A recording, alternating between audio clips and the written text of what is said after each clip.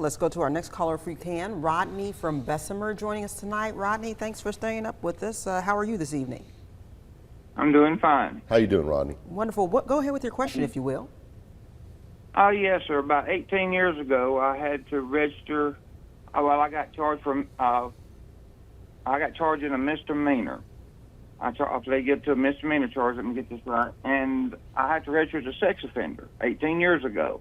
But I vote, and 5 years ago, I got a pistol permit.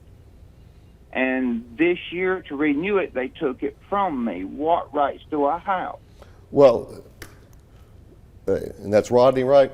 Yes. Yeah, Rodney, that's sir. almost a bar exam question. That's a lot of facts right in there. But the big thing is this. You have an obligation under the law, the state of Alabama, for that registration, and that's one of the most important things that you can do to protect yourself, okay?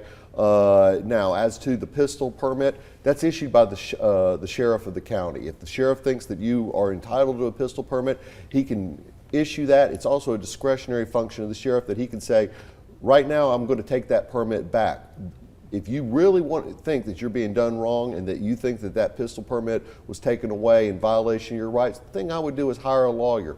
They can communicate with the sheriff's office, and explain your situation. And if necessary, take that case to court and actually sue them to make a determination about your ability to have your rights enforced. I can't tell you sitting here right now just based on that about who's right and who's wrong, but that's why we have courts, that's why we have lawyers, and that's why we have the ability to go in there and fight for people like you. So it sounds like what you're saying is that a pistol permit is, just because you have certain paperwork in line doesn't mean that the sheriff's office has to give you one. It's absolutely right. The pistol permit in the state of Alabama is the absolute definition of a privilege. The sheriff makes the determination about the appropriate people. Now, there's certain automatic disqualifiers. If you have a felony conviction, yes, you're not entitled to either possess a gun or have one.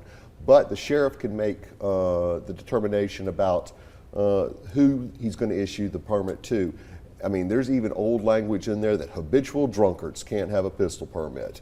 Now, I don't know what that's pertinent to your situation, but that's the old language that is still pertinent in the law.